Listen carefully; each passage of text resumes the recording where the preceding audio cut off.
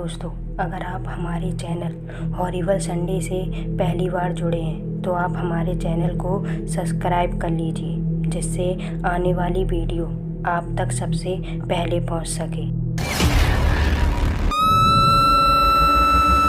मैं अपने दोस्त की बर्थडे पार्टी से वापस घर आ रहा था।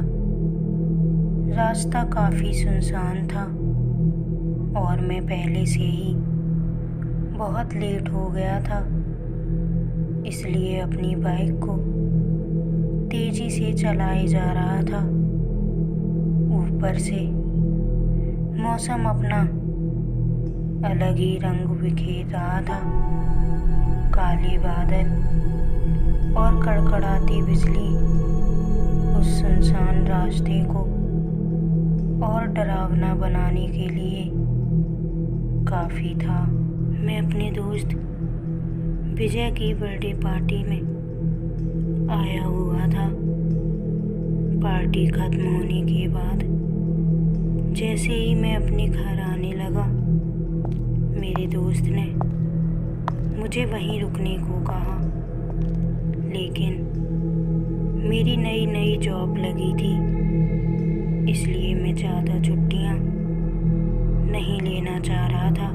जब मैंने ये बात अपने दोस्त से कही तो उसने कहा कि मैं तेरे लिए ही मना कर रहा हूँ। तू जिस रास्ते से आया है वहाँ रात के समय बहुत कम ही लोग मिलते हैं। अब तो रात के 11 बज चुके हैं। तू कितने बजे घर पहुँचेगा? उसने घड़ी की तरफ देखते हुए मुझसे कहा।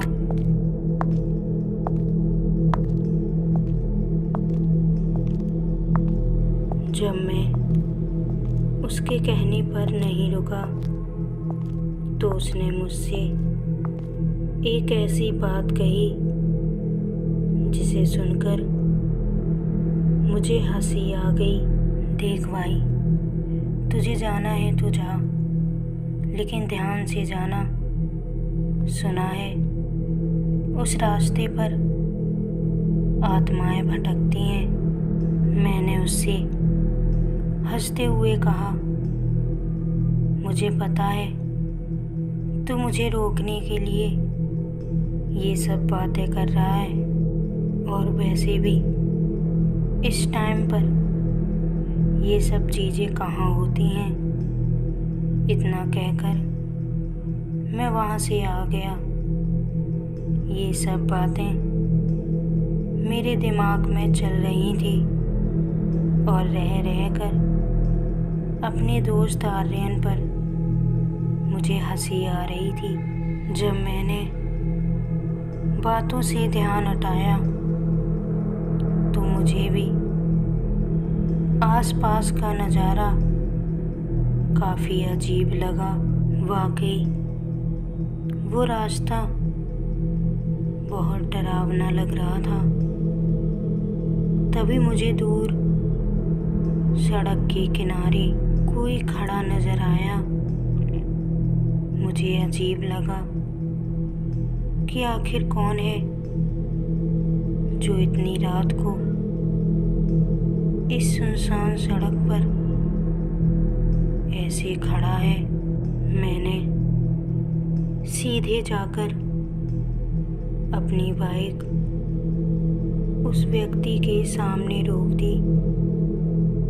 मेरे रुकते ही उस आदमी ने एकदम से मुझसे कहा, मेरी बच्ची बहुत बीमार है, क्या मुझे आप आगे वाले हॉस्पिटल में छोड़ देंगे?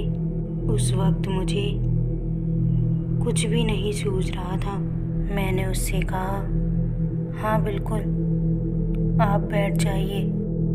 मैं उस व्यक्ति को बिठाकर तेज़ रफ्तार के साथ आगे बढ़ गया। करीब 10 मिनट से मेरी बाइक लगातार दौड़ रही थी, लेकिन मुझे कहीं भी कोई हॉस्पिटल नज़र नहीं आया। मैं उस व्यक्ति से पूछने ही वाला था कि अचानक एक कुत्ता भौंकता हुआ मेरी बाइक के पीछे लग गया। मैं और वो आदमी एकदम शांत बैठे थे। मैंने एकदम बाइक की रफ्तार और तेज कर दी और मैं आगे निकल गया। अब ना ही वो कुत्ता नज़र आ रहा था, ना ही उसके भौंकने की कोई आवाज़ आ रही थी। फिर मैंने उस शख्स से पूछा, आपकी बेटी किस हॉस्पिटल में है? लेकिन पीछे से कोई रिप्लाई नहीं आया।